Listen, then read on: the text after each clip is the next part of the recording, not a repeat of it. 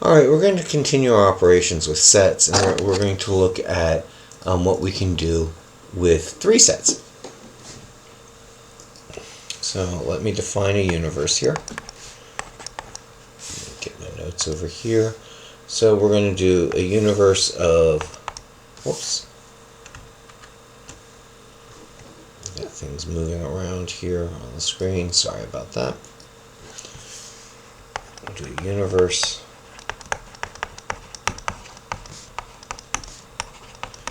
of what Fibonacci called the Indian Nine Fingers, since that's where these figures came from. And we'll have set A equals 1, 2, 3, 4, 5. Set B will be 1, 2, 3, 6, and 8. And we'll make set C be 2, 3, 4, 6, 7. 2, 3, 4, 6, and 7. And so we can do operations with more than two sets. And so, well, let's do some set operations here. So let's change color. And let's find the complement of C. So I want everything that's not in C. So I look at my universe and I go, well, 1's not in C. 2, 3, 4 is, but 5 isn't. 6, 7 isn't. R. And 8, 9 is. And so there's our complement of C. 1, 5, 8, and 9. Well, let's expand what we're looking at here. And let's find the union of B union C complement. So we have C complement here, and we need to do the union of that with B. So everything that's in either B or C complements. That's 1, 2, 3, 5, 6, 8, 9. Right? Everything in B, everything in C, and I got rid of any repetition. Right? I didn't want to 1, 2, 3, 5, 6, 8, 9. 1, 2, 3, 5, 6, 8, 9. Yeah, I'm good there. All right, well, let's find the intersection of A with B union C. So the intersection of A with B union C complement. Now notice I'm going to read left to right, because I want A and B union C complement. And so what I'll do is I'll take A and B union C complement, because I've already found B union C complement. Let me just rewrite down A here. And I'm going to end that with, I already found this.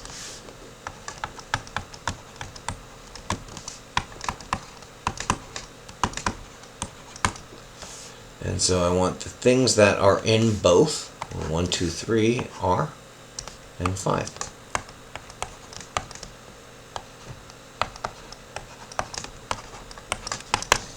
And so I have 1, 2, 3, and 5. 1, 2, 3, and 5. And so we're able to do set operations on multiple sets. It works mathematically. And so let's look visually at what one of these like. Now I'm going to go to the book's visualization here, so bear with me as I switch over to the book view. There we go. And 2 seconds here. Oh, wait, I think I can fix it over here. I think that should fix it. Yep, now we're centered properly.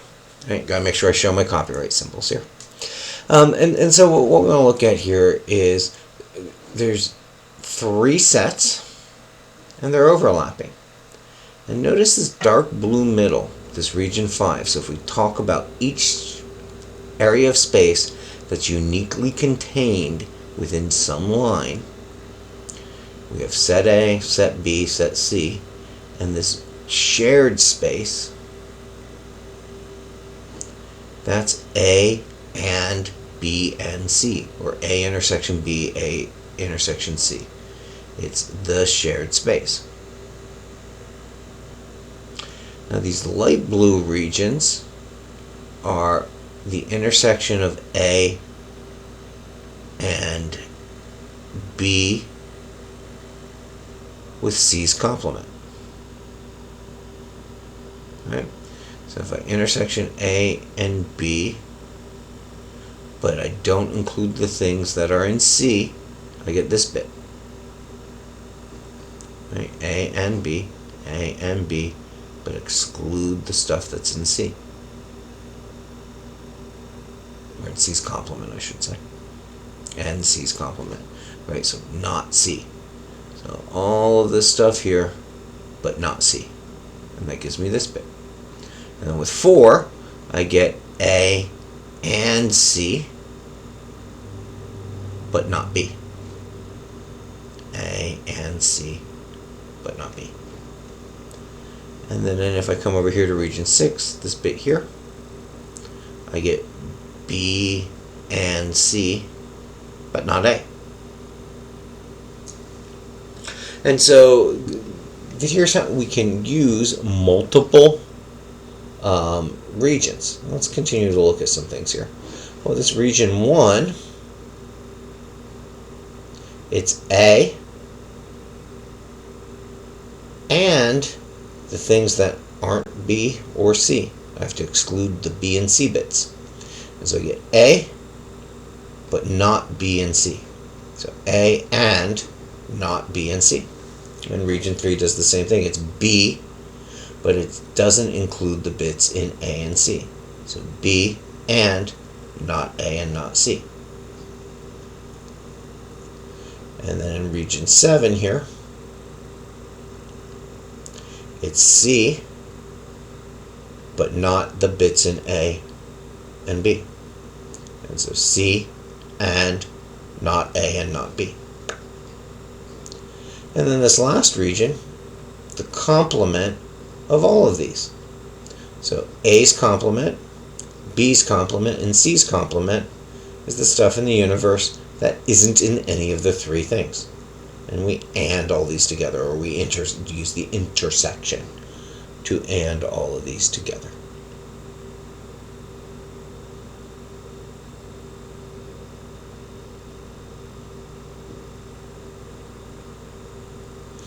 Alright, this is going to lead to these things called De Morgan's laws. I want to switch back to my blackboard here.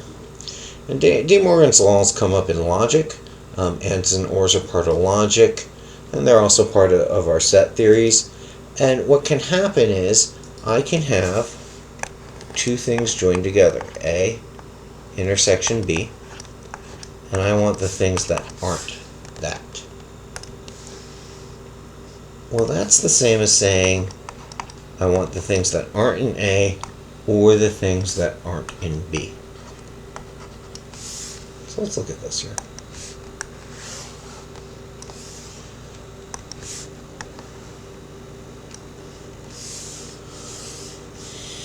So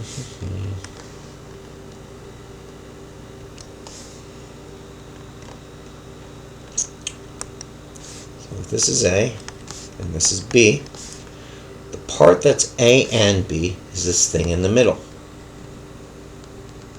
But I want the things that aren't A and B. And so that's everything out here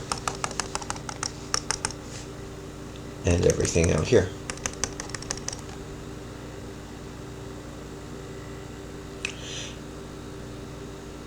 Okay.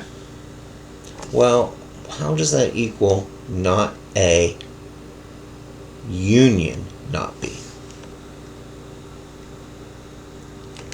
So let me change colors here. Not A is everything in B and everything out here. And not B is everything here and everything out here. And if I union them, Notice I've colored in the same space as over here. And so my Venn diagram shows me that these two things are equivalent. And so the complement of an intersection is the union of the complements. It doesn't roll off the tongue nicely in English, does it? It happens with mathematics sometimes. And there's also what we get if I look at the union of A, B, complement. That's A's complement and B's complement. And we can kind of think of De Morgan's laws as a way of distributing the complement into the parentheses. And when we do it, it complements this. We get the other thing. Right? We can think of the complement as being the opposite. I want the things that aren't in A. I want the opposite of the union.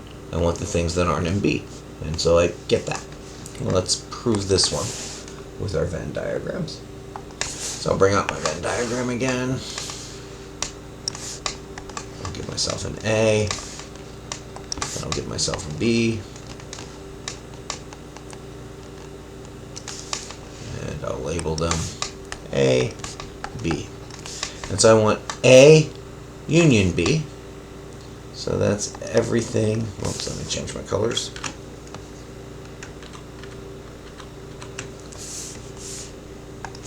That's all of this. And all of this. But I want the not that. So we'll make that the white. That's everything out here.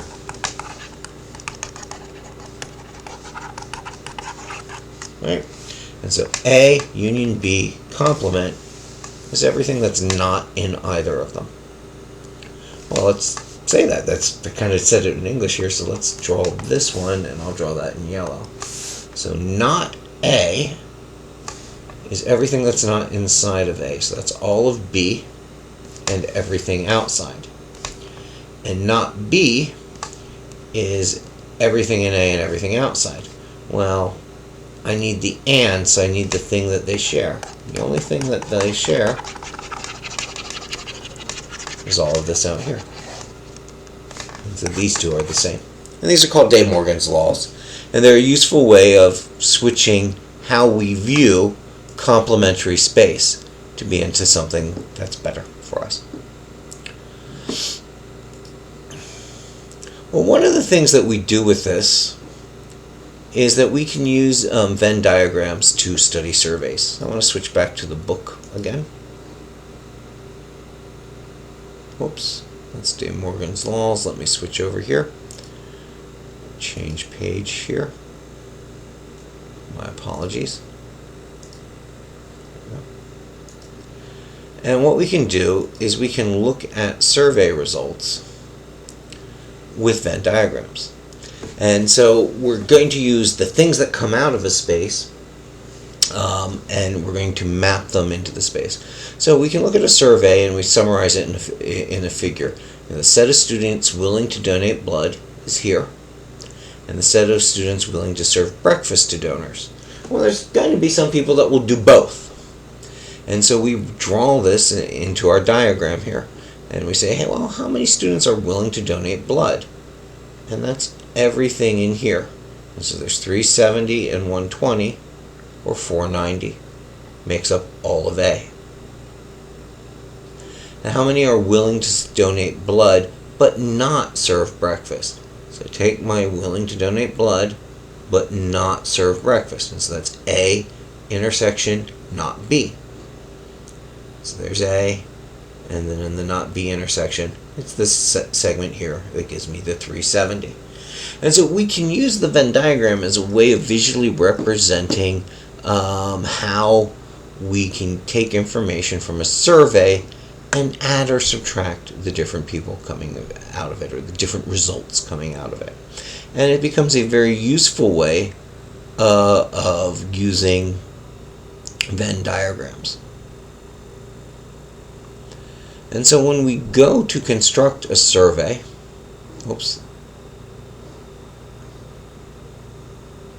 and we'll use this example 3 as a construction. What we want to be able to do is we want to take the different parts and draw them. And so we have to break this down into different individual parts. So 60 people were contacted and responded to a movie survey. The following information was obtained. And so think of this as being one of those surveys where you can tick as many boxes as you want. Right? So 6 people liked these 3 things. 13 people liked these 2 things.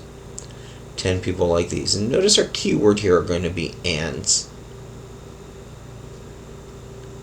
And so we take these results and we map them back. Now, what we're going to do here is we're going to go back and forth through these slides as we do this. So the set of the people in the survey is a universal set. There were 60 people. And the people that liked comedies would be one set. The people that liked dramas would be another. And the people that liked science fiction would be another. Right? And so here we have the A through G. And we had 3 things they were liking. And there's some point that's shared by all 3. Some shared by just 2. And I think just by saying this, we can probably start jumping to our Venn diagram. So I am going to jump to our Venn diagram. There's the 3 regions. There's the place that's shared by all 3. There's the place that's just shared by comedy and drama. And so again, I'm going to jump back a slide here. We take the 6 people liked all 3, so the 6 goes in the middle. 13 people liked comedies and drama. Well, 7 and the 6 is the 13, because remember, they're shared here. I want to jump back up again. 10 people liked comedy and science fiction. So I'm going to jump back down. That's the 6 and 4. And so we use these shared spaces to slowly fill in all the information until we've completed our Venn diagram. And we can talk about all the people from the 60. But notice there's 16 people that didn't like any of these movies. I don't know. They don't like movies. They have a bad Netflix. They don't have Netflix. They only have Hulu. So they get stuck with all the adverts or something. I don't know. They were grumpy on that day. And so this is how Venn diagrams can help us organize our information. All right, this has been Chapter 2. Play with the homework. Dig into the homework. Try it. If you have any errors or any questions, use the contact your instructor. Send me emails. I'll put examples up on the YouTube videos. We'll make this work. But you got to start playing with it. You got to draw some Venn diagrams. And of course, in the notebook questions, I'm going to ask you to do some things. And one of those things are going to be to draw Venn diagrams. And not just click on true or false on the Pearson side of things. So, get in there, write some things down out of your homework, and just dig into this, right? Make mistakes and learn from the mistakes, and we'll sort all this information out. All right. Talk to you soon.